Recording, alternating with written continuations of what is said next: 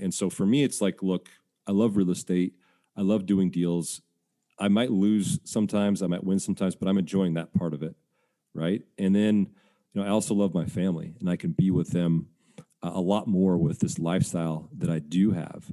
And so I try to do that every single day. And some days I'm successful at it and some days not so. But I think the goal is always to have more time and to be more present. And I think the longer you get in the real estate game, the more you can do that. Welcome to Racking Up Rentals, a show about how regular people, those of us without huge war chests of capital or insider connections, can build lasting wealth acquiring a portfolio of buy and hold real estate. But we don't just go mainstream looking at what's on the market and asking banks for loans, nor are we posting "we buy houses" signs or just looking for, quote, motivated sellers to make lowball offers to. You see, we are people-oriented deal makers. We sit down directly with sellers to work out win-win deals without agents or any other obstacles, and buy properties nobody else even knows are for sale. I'm Jeff from the Thoughtful Real Estate Entrepreneur. If you're the kind of real estate investor who wants long-term wealth, not get-rich-quick gimmicks or pictures of yourself holding fat checks on social media, this show is for you. Join me and quietly become the wealthiest person on your block. Now let's go rack up a rental portfolio. Thank you for joining me for another episode of Racking Up Rentals. Show notes for this episode are at thoughtfulre.com/E78. And that's going to include a full transcription of this interview that you are about to hear. So I'm excited to get to that. Before we do, please do us a big favor. Hit that subscribe button super quick in your podcast app. It really does help fellow thoughtful real estate entrepreneurs to find us. Onward with today's episode. And in today's episode, I'm really excited to share with you an interview conversation I had with my real estate colleague and my friend, Nat Borchers. Nat is a recently retired professional soccer player, had a long, great career, won multiple MLS Cups with multiple teams, and along the way, built a great real estate business that then as soon as he retired, he transitioned to full-time and just made absolutely take off. Nat is a great guy as a person and a really sharp businessman. And so I'm really excited for him to share with you his story about how he's accomplished some really incredible things. In this conversation, we talk about everything from the intentionality of how you design your business around the life you want to have. We talk about a $4+ million BRRRR deal that he did himself. We talk about metaphors of soccer and business and success and being coachable and a whole bunch of awesome territory. So without further ado, I'm going to put you right over into this great conversation with my friend, Nat Borchers. Okay, awesome, Nat. Thanks so much for being here, man. Thanks, Jeff. It is an absolute pleasure to be on with you. I've been following you on my Facebook feed and seeing all the good content you've had. And, we've had a great relationship over the years. So really happy to be on the show and talk shop with you, man. Me too. I've been looking forward to this ever since we started talking about it. So, all right, for everybody listening, tell us, who is this Nat Borchers guy and why would you be invited to talk on a real estate podcast? this Nat Borchers guy. Yeah. So I grew up in Pueblo, Colorado, and I played professional soccer for 14 years. I bounced around to a few different places. I started in Colorado. I went to college there. And I should probably rewind and say I got my master's degree in accounting. And this was just after the tech bubble burst. And the reason I say that is because as a young person, I was always interested in how money worked and stocks and real estate and bonds and all these different things. And so when the tech bubble burst in 2001, I was following that closely. I was a junior in college. And so it was interesting to me to kind of watch that. And I was a finance major at that time. So I thought, well, man, everybody's getting rinsed right now in the stock market. Everybody's getting rinsed who's in finance. So I just decided there's a lot of fear out there. And I decided I'm going to go to accounting because accounting, I had read, was like the language of business. And if you can understand accounting, you can understand just about anything. So I decided that's what I was going to do. So I got my accounting degree. At the same time, I was playing professional soccer in my first year for the Colorado Rapids. I made my first year. I was not expected to do much, so I barely made the team, and kind of and they assigned me to a developmental contract, which meant I was going to get paid a whopping drum roll. Wait for a whopping $800 a month, Jeff Stevens. So $800 a month. That was my starting salary, $800 a month. So I played the first 3 months on that salary and didn't play much at all. I didn't play at all until one game, and it was in Los Angeles. It was the first game that was played in the Home Depot Center. If you'll remember, Carlos Ruiz, El Pescadito was there, Alexi Lalas, Kobe Jones, all those guys were on that team, and I played for the Rapids. We were the underdogs in that match, and it was the first match of the new stadium.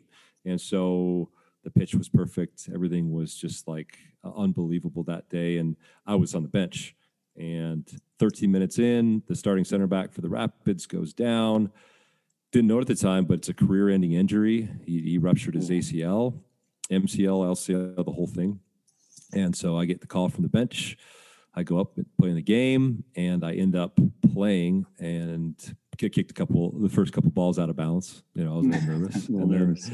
Yeah. And then I ended up playing really well. And from that point on, I started every single game in that season. And at the end of the season, I had a little side note in my contract, a little clause that said if I played 75% of the games that year in MLS, I would get a $5,000 bonus. I was like, sweet. So I was keeping track of that because I was on $800 a month, and I ended up making that, achieving that bonus. So I get this $5,000 check, and I'm like, what do I do with it? What do I do with it? I have no idea. I'm 21 years old at the time. I'd never even seen that much money before. I was just kind of a poor college kid up to that point in time, and a poor professional athlete. And so I had a buddy whose mom was a real estate agent, and he kind of floated the idea of maybe getting in on buying a house together. And this was in Denver in 2000, early 2000s. And we just decided to partner up and look for houses. And he had $5,000. I had $5,000. We had $10,000 to go buy a house together. So I after practice every day, I would drive up and down the streets of South Denver looking for houses. And I had no idea what I was doing. I just would find, those signs in the yard, and I would just call the numbers. And so one day I went down the street. It was called Gaylord Street.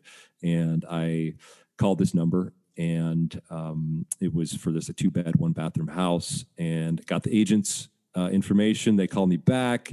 They said, hey, we just put that sign in the yard, literally just put it in. It's not even up on the internet yet. I said, sweet. I was like, well, we want that house. So we got our agent involved, got the paperwork going. We had to, fight it out with a big time investor to buy the house. And it was an estate sale. So we ended up getting it for a pretty decent price. It was like $225. And we did one of those fun, it was called an 80-10 mortgages. We'll go into that later. But back in these days, if you could fog a mirror, you could obviously qualify for a loan, and we did. So we bought this house with basically $10,000 down, and we fixed it up, rented it out, and that was my first taste of real estate. And so, to kind of make a long story short, I continued to buy more real estate as I got further into my professional career. And I started making more money as I moved along in my career. I went from Colorado to Norway to Salt Lake City, and then I ended up in this great state of Oregon for my final 2 years as a professional, and which is obviously where I met you.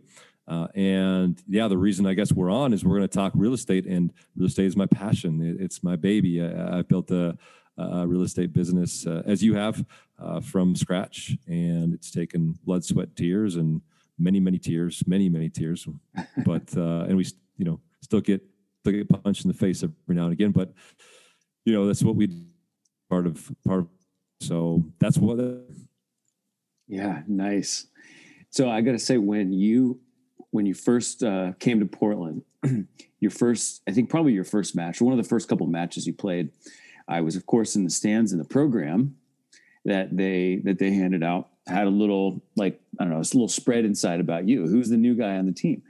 And somewhere in the spread there, it says, you know, like, what are your hobbies and other interests and things like that? And it says real estate investing. And I turned to Jessica and I'm like, this the new guy, this guy that used to whoop us when he was at Salt Lake, he plays here and he's into real estate investing. That's cool. And I said to her, someday I'm going to talk to him about real estate investing. Yeah. And I had no idea that actually that would only be a couple years later. And then a few years after that, we'd be doing this. But yeah, that's really cool. So, so you, like a lot of us, kind of stumbled into real estate a little bit at the beginning, but at some point, I'm guessing you became very sort of conscious about the fact that, like, hey, I'm going to have to do something someday beyond soccer. And I should start laying a foundation for that, so to speak. So at what point in that journey did you start to become kind of more intentional about saying, well, I better kind of get some ducks in a row for when the playing days are over? Yeah, I actually started pretty early when I was thinking about those things. And you have to understand, and I think a lot of people do understand, that when you play professional sports, regardless of the sport, people have a perception of who you are and what you make in terms of your income. And I think a lot of people will see the NFL guys, they'll see the MLB guys, the NHL guys, and they'll see, you know, those guys are making millions of dollars in salary, and they think you're made. They think you have it. And it's funny because guys, you know, that I played with in my locker rooms as a professional weren't making much, but they were spending like they were.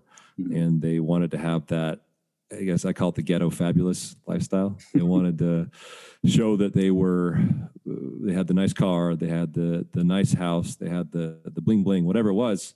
And for me, I was always thinking, man, I want to make sure that when I'm done with this thing, I have something to show for it. And I also was just curious about making money and how best to do that. And, you know, I saw some of the guys who were successful and I saw their lifestyles. In particular, one guy, his name was Mark Chung. He played for Colorado and he was a veteran when I was a rookie. And I remember I used to go out and walk out in the parking lot after practice and be kind of, you know, staring down those, you know, the Range Rovers that were in there and the, you know, the Maseratis or whatever, you know, these guys were driving and thinking, man, I really want one of those. And he'd be like, he put his arm around me like, Nat, he's like, listen, it's like, you got to be smart with your money. If you save more than you spend and you have some left over to invest, then go to real estate. That's the thing. He's like, I've always done well in real estate. And I just kind of took that to heart. So that was kind of, you know, what got me going in terms of the real estate side of things. And just thinking about that next step. And I think all of us in the real estate world, you have to be long-term, right? You have to be patient because a lot of these deals that we do, it's like, man, it can take you 10 years to get what you need out of it. And sometimes you're negatively cash flowing and there's a lot of things that can happen. So I was always kind of setting my mindset up for that longer term kind of an investment, because I think that's the mindset you have to have when you get into these things. Yeah.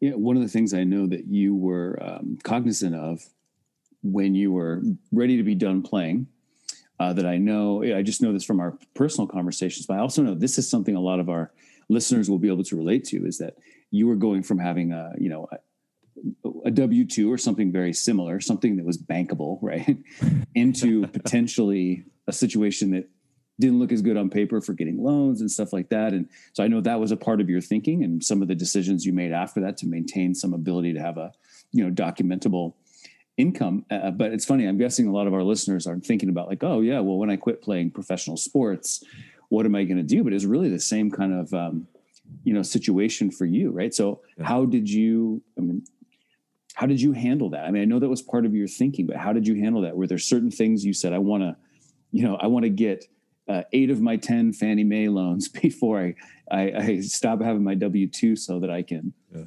only have 2 more to worry about? Or was there any thought process like that? You know, there was, I think a lot of, when you look at professional sports and you look at the successful teams, and the best coaches, they always talk about the process, right? They always talk about what it takes to get to that end goal, which is the Super Bowl, which is the MLS Cup, which is the Stanley Cup, whatever it is. And they are so focused on the process, not the outcome itself, that they have refined their system so that, the trainings are set up in such a way that they get the most out of that training session. The rest, the food, the massage, the travel, all those things they've set up kind of systematically so that they can achieve the outcome they want. And they love the game so much that while they live and die by results, that's true, they enjoy the process so much. And so for me, I loved the process of real estate. I loved going out and looking for a deal. I loved putting it all together. I loved the rehab side of things. I loved making sure that we were operating in a fashion that was going to make us money. And on the sell side, I loved selling it and making money. And so the whole process, I kind of fell in love with that.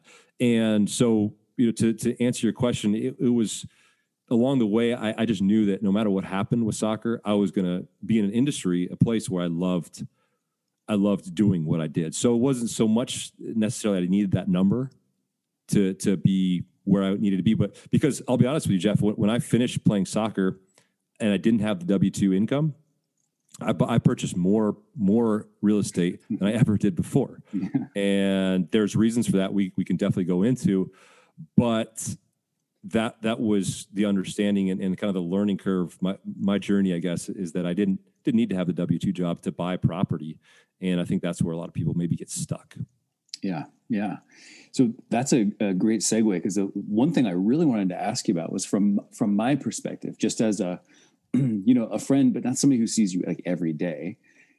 My perspective was that when you got done playing, you hit the gas pretty fast on real estate. Like that was all mapped out. You knew what you were going to do. And from my perspective, you made a lot of progress in what I thought was a very small amount of time. And I was like, my goodness, like this guy, 9 months after, retiring has accomplished what the same or more than I've accomplished in many, many years of trying to do this.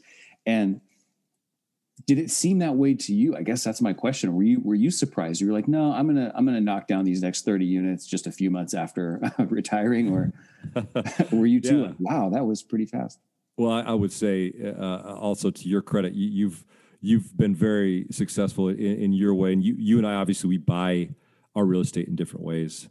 I think, and we've talked a lot about that. For me, as you know, I'm a cash flow investor, so I've always been looking for value purchases, value opportunities, and that means that you don't necessarily buy the nicest places in the nicest parts of town, right? You look at Class C dwellings, you look at single family houses that have been beat up and then a little bit older, and you're able to find value. So I was definitely surprised by how much I did in the first. I retired in 2017, and I bought my first property in Salem, Oregon.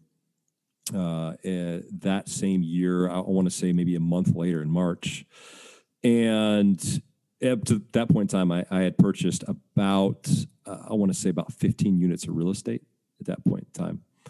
And from that March 2017 to now, I've purchased about 50 to 60 units in that period of time. In addition to that, and so that, yes, I mean, it was surprising, but it also came with some, as you know, major growing pains, because there's a lot that you just don't know when you get into these bigger projects. And we can talk about some of those, because those were definitely interesting. But I took some of my what I did is I started in Denver with my first single family house, and then as I moved throughout my career, I would purchase property. So in Salt Lake City, I purchased the majority of my portfolio, and I used some of the equity from that portfolio to buy things in Salem, and so I would have to sell to 1031 to do whatever it took to get into this market in Salem. And so I was able to kind of take already initial investment and use it as capital for this next thing.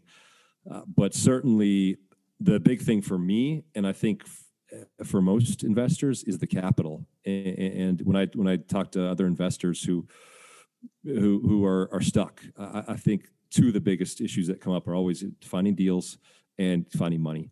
And everybody says if you find the deal, the money comes. But if you find the deal and you don't know anybody and you don't have any money at all, the deal just goes away. And so I think the capital is more important than the deal. And so what I mean by that is I found ways of getting money and capital that were different from what I was used to from my W-2 job. And I know we talk a lot about that, you and I, in terms of what that looks like. But it was called private money, and it's different from hard money. It's different from bank money. It's kind of a different animal in its own realm. And so using that money helped me build what I've been able to build in Salem. Yeah, absolutely. So I want to talk about Salem. I know that one of the things that a lot of investors think about, I just observe, in conversation groups and Facebook forums and stuff, people are trying to figure out where should I invest. And I think that to me, there's kind of a push and pull between two things. What's the market that's got the financial dynamics I'm looking for? Yeah. But then the other thing that's also important to me is what's the market that I know I have a feel for. You could give me an address and have a reasonable ability to picture that neighborhood and what the possible rents might be and things like that. And these seem like they could be opposing sort of forces. So when I think about Salem, I remember originally when you told me you were going to be doing business in Salem, I was like, that is really cool and interesting, because here you are living basically in Portland, right? Associated publicly with Portland. The word Portland's on your jersey. And yet you're choosing to invest, an hour south, which is not as much of like the sexy decision necessarily, but I knew it was very intentional. So can you tell us a little bit about like what your investment philosophy? You've mentioned a couple things like long-term thinking and cash flow, but how did that lead you towards choosing, the place, the market that wasn't maybe like quite as exciting and what all the other people might be thinking is the great thing to do? How did you land on that? Yeah, well, the real estate guys would say you live where you want to live, you invest where the numbers make sense. Yeah. And for me, coming from Salt Lake City, where I knew that market. I was there for 7 years. I knew that market like the back of my hand. I'll back up though, and I'll say this, that I initially started buying property. So I initially didn't know what kind of investor I was, right? I just bought real estate. And so I didn't really have a handle on what my numbers were, my metrics, what made sense in terms of a deal, how much capital I wanted to put down in each deal, what my return was going to be, right? Those metrics. Return is the number we use a lot in our business. And I didn't know that number. I just was buying property because it felt right.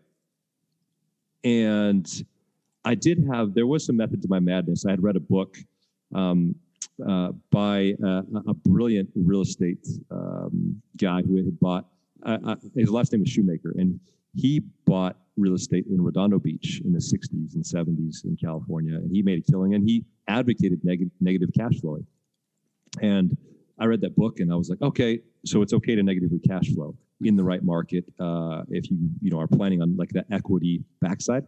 And so that was my strategy initially in Salt Lake City, until I started going to a RIA, a Real Estate Investors Association meeting, which, by the way, if you were a young investor or an experienced investor, whatever you are, you want to learn more and meet some great people. That's where I met you at BRRRR, Jeff, right, a few years back.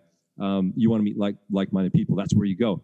And so I found this RIA, and it was just incredible. The people I met there were doing things. They were selling each other houses. They were buying from each other. They were providing services. It was awesome. And so I felt like a kinship, a group. And I would notice, after kind of analyzing, in the first couple of weeks I was kind of there, I was kind of like deer in headlights, not really sure, what to do, what to say. And then people started to recognize who I was, and they started coming up to talk to me, and I started making relationships. And the common theme amongst all these folks was that, look, we buy houses on the west side of town. We don't buy on the east side where it's expensive. where the rents just aren't as strong. We buy on the west side here. They broke it down. Basically, they said if you had $100,000 in capital and you could buy 5 on the east side versus 10 houses on the west side, which would you do? And we kind of went through that model. And as a guy who was playing professional sports, who knew his income was going to dry up at some point in time, it was a bit of a light bulb moment, because I said, wow, okay, I can get more cash flow from the 10 rental houses on this side of town than I can on the east side, where maybe you're kind of speculating that your equity buildup would be great, but what happens when you do have that buildup? You have to sell, you have to do something with that money. You can't necessarily use it. So I just decided, look, from here on out, I'm going to be a cash flow investor. So the reason I say that is because when I came to Oregon, I looked at the Portland market, and I think the median home price at that point in time was $350, and the rents for a house like that, which would probably be a 3.2 or a 4.2 at that time, this is 2016, you're probably getting back maybe $2,000 a month in rents at that point in time. And I said, that's crazy to me, because I'd have to bring a lot more as a down payment to cash flow, or I'd negatively cash flow. And I didn't want to do that. I didn't think that was fair for my strategy. So I looked around. I went up to Vancouver, which not Vancouver, Washington. It is Vancouver, Washington, not Vancouver, BC. I looked there as a market just over the bridge. I looked at Gresham as a market. I looked at Eugene, and then I looked at Salem finally. And Salem, the numbers just made sense. And I got connected with a great real estate broker who also managed rentals, and they had all the numbers for me. It was like, okay, purchase price, is going to be, I think at that point, you'd be looking at, paying maybe $200,000, $250 for a 3.2 house. And get back, close to $2,000, $1,800, $2,000 in rents. And so the numbers just made more sense to me from that standpoint. And went in hot and heavy, as you know, and haven't looked back. Yeah, absolutely. One of the things as I was kind of just mapping out some of the things I wanted to ask you before, one of the things I know we have in common is that we have worked with coaches before. And as I started writing this question down on my paper, I was like, wait a minute, coaches, like Nat just spent, 14 years as a pro with coaches and presumably lots of time before that with coaches. And now that I'm a coach, I actually more tuned into the fact that like there are certain people who are coachable more than others. Yeah. So I guess I wanted to ask you this question kind of about the role of coaches in your life. I mean, as a real estate investor, but do you feel like, all that experience you have being coached in a different context set you up well to be a good coaching client in real estate?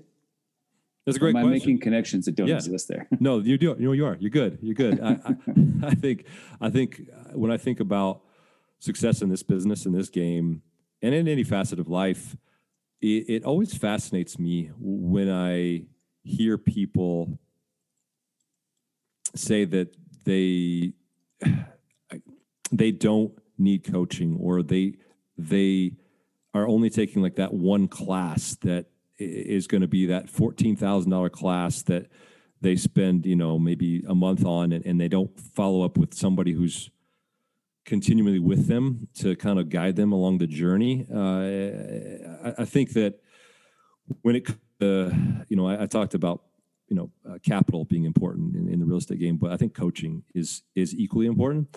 And as a soccer player, I had some really good coaches in my career, and the best ones were the ones that were able to put their arm around you when you struggled, and then kick you in the butt when you needed to pick up your game. And so those are the things that a good professional coach will do. And I had a number of those guys that did that for me. And so when I decided that I wanted to take my real estate game to the next level, I reached out to a woman by the name of Julie Broad, who is a Canadian investor. She was based in Nanaimo, Canada, which is an island across the way from Vancouver. And I'd heard her on one of the real estate podcast I listened to, and she vibed with me. And the reason she vibed with me is because she was real. She didn't have any BS, super like crazy story about making all these millions of dollars, and she didn't drive like a Maserati, and she wasn't trying to pretend or downplay the struggle of the real estate investor, because I think there's a lot of struggle that people don't acknowledge and people aren't real with. And so I loved she wrote a book called More Than Cash Flow about how hard her struggle was to make it in real estate. And it was kind of like almost like a warning, instead of like one of those, hey, let's go invest in real estate, we're going to make a ton of money type of books. And so I really liked her. So I reached out to her directly. I said, hey, would you be interested in coaching me? Because I needed to find a good coach. And so she actually said she was involved with a few projects. She actually runs a company that publishes books right now. She's a really fantastic business mind. But she recommended me to another woman by the name of Susan Laster-Lyons, who was based in Denver. And Susan was incredible. I reached out to her. We had a conversation. She just broke it down for me. This is what it's going to cost for me to coach you. And I was like, I'm in. I am 100% in. And she taught me her side of the game, and it was fantastic. And that was what helped me, get to the next level of real estate investing. But had I not reached out to Julie, and had I not really been coachable, like you had said, to go back to your question, I never would have been able to have been coached. I never would have been able to kind of, break through that ceiling that I was at as an investor. Yeah. It kind of amazes me. I think there's a major contingent of people who they will vehemently argue that there's so much information on the internet. All you need to do is start at the beginning of your favorite real estate podcast, listen to all the episodes, watch some YouTube videos, and that's all you need. And right. It always really makes me kind of bristle, and because I think that those are excellent resources, but I actually don't think it's just about the information. I think it's about how we receive the information, how the person explaining it to us helps it resonate with us, then what we ultimately do with it. And I mean, like, can you imagine saying to somebody like, well, you know how many how to play soccer videos there are on YouTube? Just go watch those and you're going to be fine. It's like, right. That's, to me, just like patently ridiculous, but that is actually a major like school of thought with people. So it sounds like you bristle at that idea too. Just like, just go read a couple books. Yeah. And I think to that it always reminds me of Good Will Hunting. And for any of you who have not seen the movie, there's a scene in the movie where Matt Damon, who is this genius kid who is like, he's a janitor, by night, but he's like just like a super brainy guy who can solve all these, math problems and kind of just riff any kind of, historical fact off the top of his head. He goes and sees a shrink who is Robin Williams, and they have a conversation, and he pretty much belittles Robin Williams, who is probably 20 or 30 years older than Matt Damon is in this movie. And Robin Williams comes back to him and says, look, like, you can read all you want about the Sistine Chapel and about Michelangelo's art, but you haven't been there. You've never even been to Italy before. You haven't even been out of Boston before.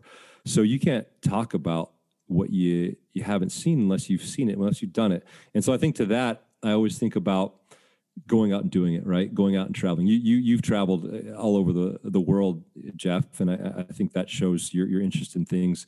You can read about it, you can watch it on YouTube, you can do whatever, but until you actually do it, that's when the rubber meets the road. And I think when it comes to coaching, there's an accountability factor, and that's what helped me grow, and I know that helps you grow, because you have a coach who's there every week saying, look, Nat, you haven't met your goal. You needed to make 10 calls to motivated sellers. You needed to pitch your private money presentation to 20 people. You didn't do that. Why?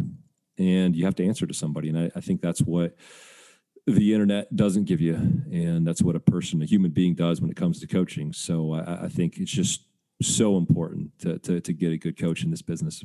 Yeah, I so agree. And so I want to draw another connection here. I was thinking about what are all the soccer real estate connections?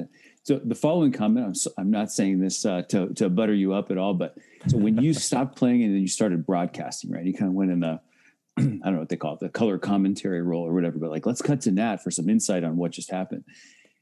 I really like that as a person watching the match, on TV, because it's one thing to hear somebody saying, oh, here's what's happening out in the field. But then it's another thing to have the perspective of the guy whose eyes are at field level, boots on the ground, has played in that exact role recently, because now you, for the viewer, are interpreting the context of what's happening on the pitch for the audience in a way that the audience might not otherwise understand. And so that's kind of been my experience as a coaching client, and now as a coach to other people is, I'm talking to my coaching client about his transaction, and now I'm helping him interpret. That's why the seller said that thing to you, or when they said this, or when they made that movement, here's kind of what that meant. And it was, I consider it kind of like the color commentary. And otherwise it's just like going out into the world without a guide. Yeah. And that just doesn't really make a lot of sense to me. Yeah, I really love that analogy, and that's very similar to I think what it is. You're out on this journey in the middle of nowhere, and you're trying to traverse across these mountains or these forests or wherever it is, and you just have no idea which way is north, south, east, or west, and you really need somebody there to guide you. And my broadcast career was fun because I had to disseminate that information. I had to figure out quickly, how do I get this information, this soccer jargon, right, this vernacular, and just distill it so that it's consumable, because otherwise we sound like a bunch of British guys who are talking over the audience, and that's never what we wanted to do on the broadcast. And so the real estate, I think it's the same thing. There's a way we speak, right, in the real estate industry as investors, and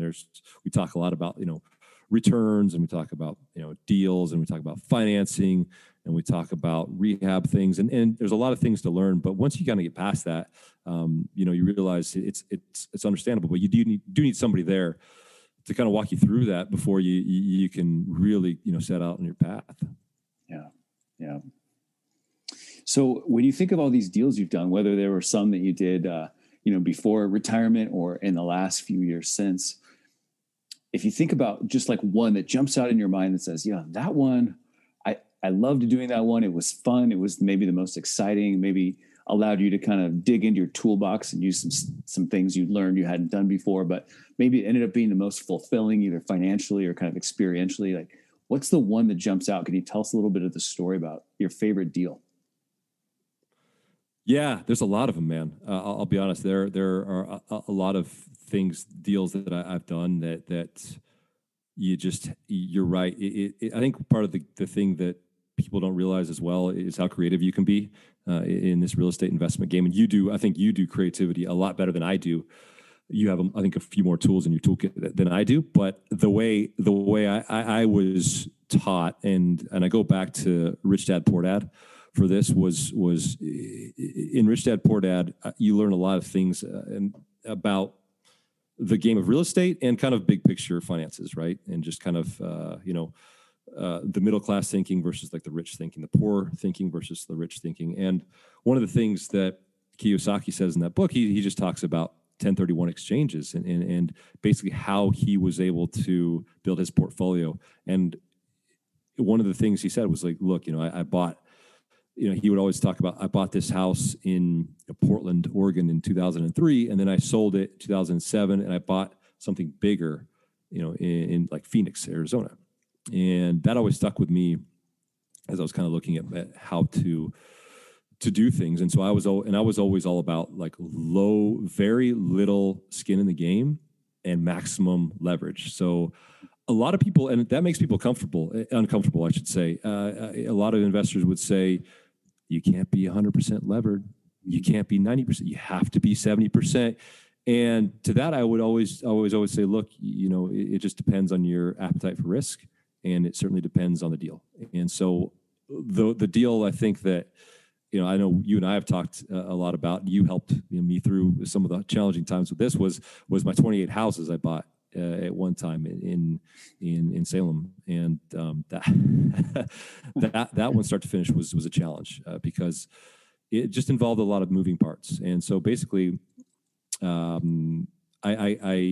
have my real estate broker in Salem, and he's got another broker who is a friend of his who had a deal for him that was pretty big. It was a $3 million deal.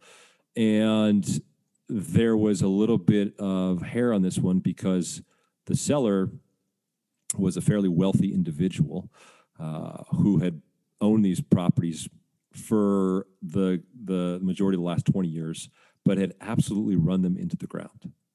I mean, no ifs, ands, or buts. These things were dogs. And so when I found out about the deal, I was like, well, let's walk through. And, I walked through all 28 of them with my real estate agent and my property manager at the time. And it was, I remember leaving, that walkthrough, and everybody's just kind of like, my God, what are we doing here? Like, there's a lot of stuff that's going on in these things. It was like mold. It was like deferred maintenance kind of everywhere. It was, needed new roofs, needed new sewer line. I mean, and things that you knew were wrong with the houses that we didn't even need an inspector to tell us about, right? Yeah. And so we got kind of further into the deal. We got under contract. We went through inspections. We ended up initially getting them under contract for 42 units. Okay, but we threw 14 out because they were so bad. And when I say bad, like I'm used to buying pretty bad properties, like pretty, beat up properties, but these were really bad. And they had this property manager named Herb, who this guy, he had no idea what to do when it came to managing properties. And he was, he was getting less rent than they should have been getting, less than market. And so anyways, we get this under contract. And one of the terms of the reasons that I was attracted to it was I had an opportunity to do a seller finance situation. So they were willing to carry 10% of the balance. And the bank was going to be able to come with 80%. And I had to come in with the other 10%. And so I took 4 houses that I owned in Utah, and I sold each of them subsequently. It took me about 4 months to do that. And I was able to get about $300,000 in cash to put down on the deal. And so $3 million, I got 300, the seller's carrying 300, right? Then you have the bank with other 80%. So we kind of got down to the nitty gritty and ended up finding out the seller is more motivated than I thought. And yes, he's a rich guy, but he was in it with a family member who, for whatever reason, was just giving him all kinds of hard times about this deal because they wanted some money out of this. So he really needed to sell. He was like, I have to get out of this thing. So we were able to really negotiate on a lot of the rehab costs, and he was able to do a lot of that stuff through his company, which was fantastic. So we ended up getting a lot of our kind of bones problems fixed. And then the other side of this was they were way under rents. These things were, about $750 a unit at the time. Market was probably rehabbed and everything was about $1,100 a unit. So they're about $400 a month, under market. So we knew there was some spread there. So we ended up getting close to the finish line, and my property manager was just like, Nat, there's no way I'm going to take over these properties the way they are with the tenants that are in them. And I said, well, what do you want to do? Like, well, the only thing we can do is ask the owner to evict. And I said, can we do that? And my real estate agent was like, okay, well, I guess we can try. So we asked for the owner to evict all those tenants because they were, like I said, you wouldn't ask anybody to live in those places at that time. So he did, and he got every single person to move out. And so I basically took over these properties in early 2018 with no tenants, nothing in there. And I had this gigantic mortgage I was going to be paying monthly on, and I had no income coming in. So the deal was really fun to put together. on the finance side, and then on the seller side, really fun just because I had some leverage. And then the rehab side, I was living off of peanut butter and honey sandwiches for about 5 months, Jeff. It was tight. We thought we could do about rehab for about $15,000 a unit. It cost us more like 20 to 25. But once we got through all that, and the whole time I was doing work, I was painting, I was cleaning, I was doing pretty much anything to kind of get these things ready to market. And man, once the rent started coming in, and once when we had everything flying, it was an amazing investment. And we got after about a year after operating these things, we had got an initial appraisal that came in about $3 million initially. But then we got a reappraisal because we got this asset performing and ended up reappraising for about $4.2 million. So I was able to do a new loan, get my money back, have some money back after things were really, really tight for a while. And so I would say that was probably my favorite deal to date, and most stressful though, I would say as well. Yeah. That's a big, as the kids call it, BRRRR, right? The buy, renovate, rent, refinance, repeat. Yeah, that's a big BRRRR. Well, I'm curious to ask you a question. Did you know about BRRRR before BRRRR? Yes. I mean, I guess I never put a name to it. Like, to me, that the idea of it kind of made sense. Like, if I'm going to put a bunch of money into renovating something and make it worth more, I'm going to want to get some of that out. I'm not just going to want to leave all the equity trapped in there. Yeah. So I have to have a way to tap that equity. So that was my whole concept. And I think they came along and did an excellent job of putting a real catchy name on it. Yep. A lot of people, I think that like it was invented at that moment, but it's a great and super powerful idea.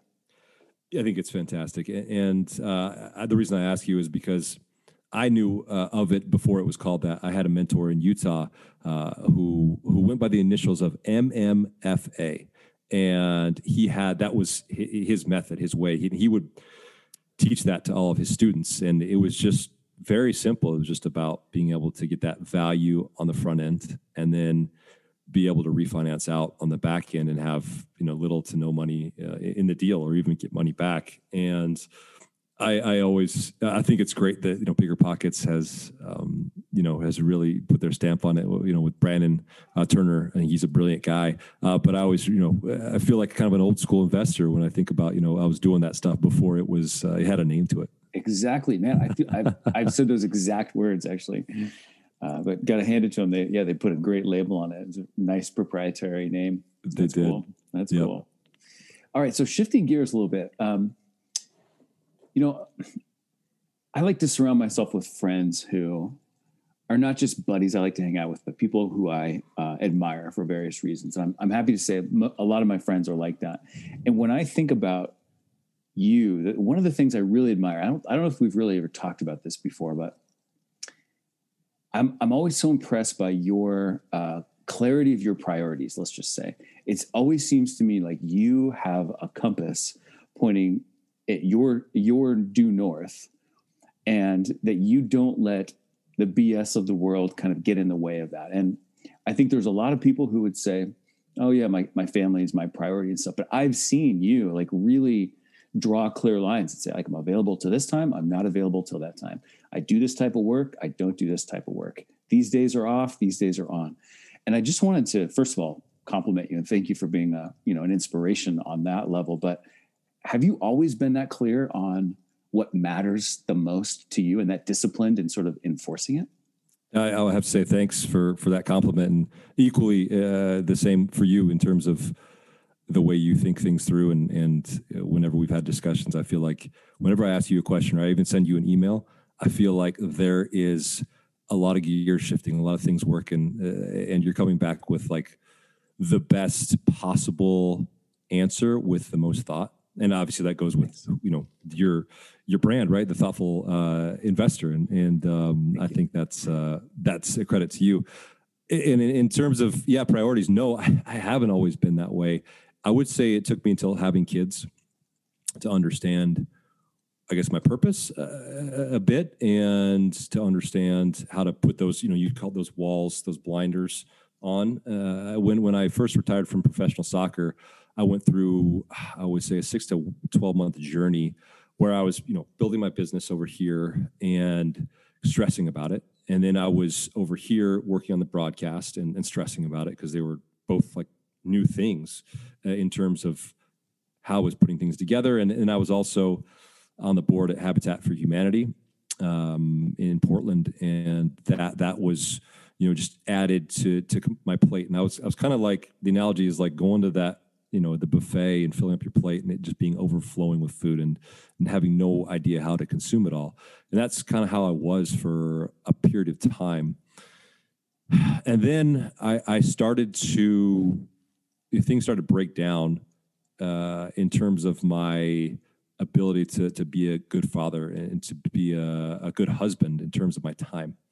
And so I kind of hit the brakes on pretty much everything that I didn't find important, that wasn't making me money to support my family, and wasn't also, helping me to, further my relationships with my family. So once I did that, it kind of just made things a little bit more clear.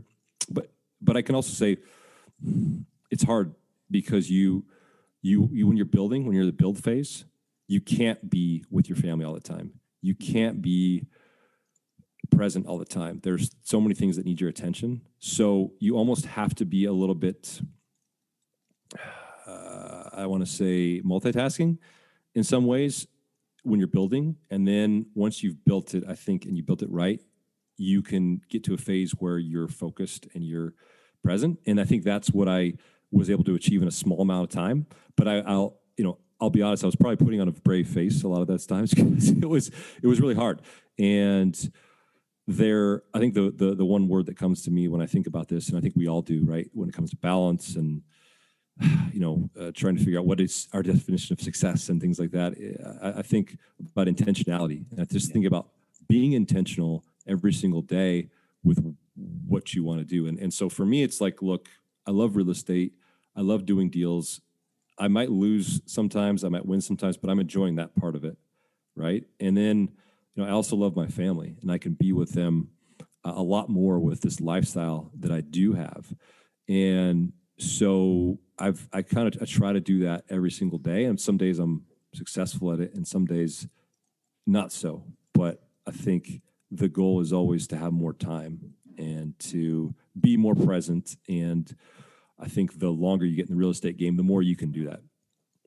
Yeah, I really admire it. It inspires me, because I feel like I struggle with that sometimes too, try to serve too many different masters. But I love just, right. That intentionality is, I think, the perfect word for that. And I mean, you've had to make some difficult decisions, right? I mean, things that were great opportunities, most people would be more than happy to continue saying yes to, but you have to find ways to say no. I imagine it's challenging at certain times to say no to perfectly good opportunities.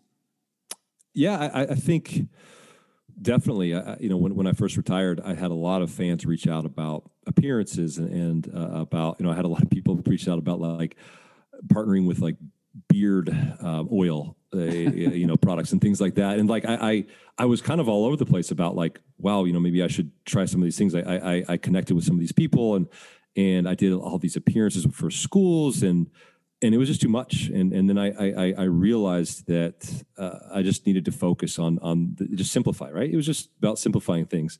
And once I did that, I spent more time focusing on the things that I enjoyed, kind of like the 80-20 rule, I would say, and just, focus on things that I enjoyed and I was good at.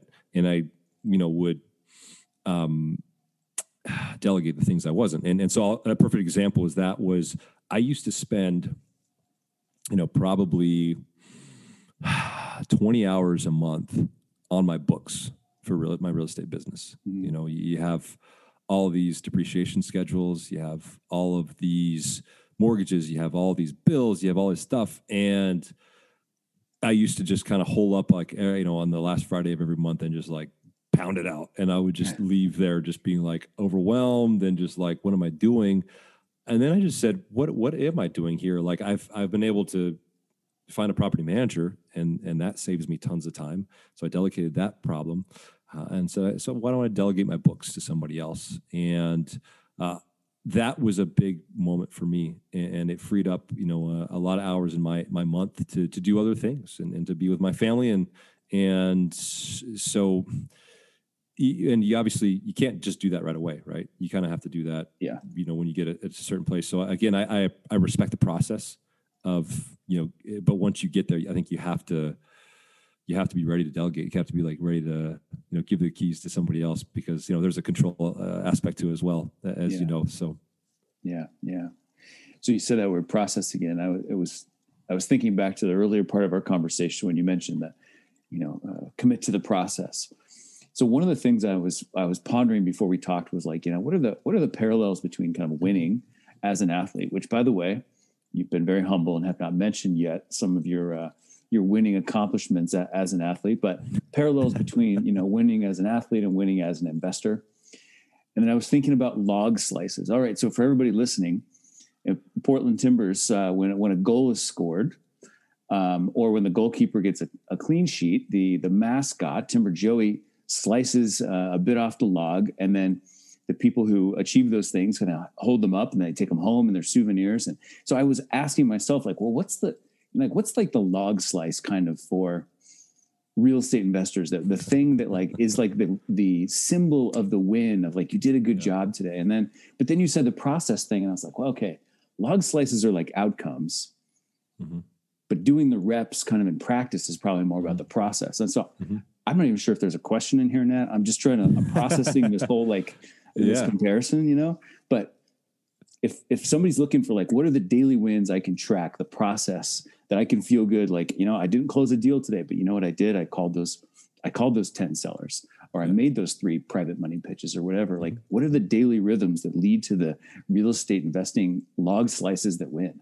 Yeah, no, I think that's honestly a good analogy in terms of, respecting the process. And for me, it was when I had taken that next step and I had, hired my coach, and she had given me things to do. She would invariably talk about raising money and getting deals. And so there were metrics associated with that. So in terms of, I'll talk about the capital side, the money side, in terms of raising private money, she had a certain number of private money calls, pitches that I needed to get on, every single week in order to achieve. I wanted to raise $1 million in private money. That was my goal. And I thought with $1 million in private money, I could pretty much go out and do, what I wanted in the real estate investing world, to have enough capital and give my investors enough of a return to make it worthwhile. So I basically after I retired, I went to basically all my friends and family, and I just made a list. And I just reached out to all of them and said, hey, I have this real estate investing business. I've been doing it for a long time. I've got a track record. I would love for you to be part of this journey. Would you be interested in hearing more? And I would say 9 out of 10 of those close friends and family would hear me out. And I had no clue how to pitch. You and I, we did our pitches to each other. I remember in Salem a few years back, and that was great to work on, to kind of dial in our pitches. But I was scared when doing them, and I took a lot of energy just to kind of to prep for it, to kind of be ready. And look, I've played professional soccer in front of thousands of people in my career, and been under pressure many, many times, but this was a different kind of pressure. And it was an academic kind of pressure. It was more of a cerebral pressure. And so I knew if I said the wrong thing, or if I made the potential client investor feel insecure in some way or uncertain, then I'd lose the opportunity. And so I had to really dial that in. So I would, do that. I had probably 10 of those I would want to do a week until I got my money. And it turned, it was tough, because you have to set them up, and then you have to make sure you have your presentation style, and you have to kind of personalize it to somebody, and then you have to go do it. And so for me, it was, when I was done with those, I knew that I wouldn't get all of those investors to sign up with me, but all I needed of a group of probably 50 people or so was about 5 or 6 to be in. and it ended up coming faster than I thought it would come. And it ended up being amazing. You know, I pitched my neighbor next door, and he was like all in, and he's an awesome guy. I pitched my neighbor 2 doors down from there, who they're both still with me as investors. I pitched my parents. I pitched my 2 aunts. I pitched some people in the soccer world, and you know, lo and behold, it went through. But I also pitched another 45 people that said no, that maybe even didn't even give me an answer, or maybe it was like an awkward conversation. And so at the end of those conversations, though, I did feel satisfaction that the process was moving, that I was doing something, because I think we all can kind of sit back and hope that life happens to us, but you have to go out and make it happen, because otherwise you never know. And I think that's the mindset you have to have as an investor. And I know you have that, and I know many others do. And it's just the mentality you have to have. Yeah. You know, my coach, Greg, who you've met before too, he has this expression of success upon delivery, which means that you already succeeded the moment you showed up to deliver that pitch. It doesn't matter if they said yes or no. Right. You succeeded simply by doing it, which, now that I'm saying that out loud, is really back to the like, hey, invest in the process. Yep. The outcomes will happen if you invest in just doing the thing. Absolutely. And I love that so much, because then it kind of relieves you a bit of the pressure, right? Because look, you've shown up, you've done it. You know, the 9 other guys, you know, who said they were going to show up didn't. You're there. You have the platform now. You have to go out and you have to execute on it. And I find that exhilarating, and I find it stimulating, and I think it's fun. And I think when you come with that mindset too, it's not really work. Like I always looked at this game and I said, well, you know, I could be working for somebody else, making somebody else money, but I'm working for myself, making myself money. And some days I'm working harder than others, and at least the things I'm doing are helping my outcomes versus, you know, helping the bottom line of somebody else who's kind of telling me what to do. Yeah. So I think that's also a part of it that I enjoy. Yeah. Awesome. So to kind of wrap things up, like, what's the next chapter look like for you? What does the future hold in your world of life and real estate and whatever else you might be doing?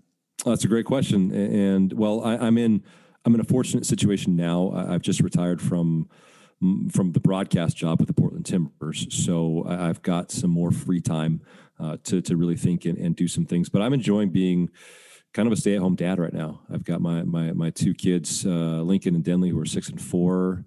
They are just balls of energy. So I get to run around with them all day long. You know, I can help out around the house. I can, you know, be useful there. And we just purchased a house. We've actually rented this house. I was talking to you before this about how, you know, I've purchased all this property in Oregon, but I've never purchased my own house. And that was by design, because we wanted to keep all our money and invest it instead of investing in a house, which I don't think, unless you're house hacking or you've got some other strategy, I don't think the houses that you live in are necessarily a good investment. But we bought our first house, and we're going to rehab it very soon. And so I'm just focused on, like, let's do that. Let's enjoy being a dad. I'm going to be a volunteer coach for my daughter's team this spring. Nice. So that's good. That's big news in the soccer world. My first coaching position. And otherwise, learning. I think, you know, I always try to continue to be near the real estate game and learn from people like yourself and people who are doing deals and who have been through the game and have taken their knocks and have the stories to tell, because I think ultimately that's the fun, is sharing in those successes and those failures and being able to learn from them as a community, as a real estate community. Yeah, that's fantastic. Well, if anybody wants to, keep up with you online, social media, reach out, what's the best way for them to find out what you're up to? Yeah, all my handles on Facebook or Twitter, Instagram are at Nat Borchers. And yeah, I mean, most of the stuff I post now are just like, you know, fun things with the kids and the family and whatnot. But I'm sure in some short time we'll have some more fun real estate content and whatnot. But yeah, come follow me, say hello, and yeah, we can hopefully experience this crazy real estate journey together. Yeah, absolutely.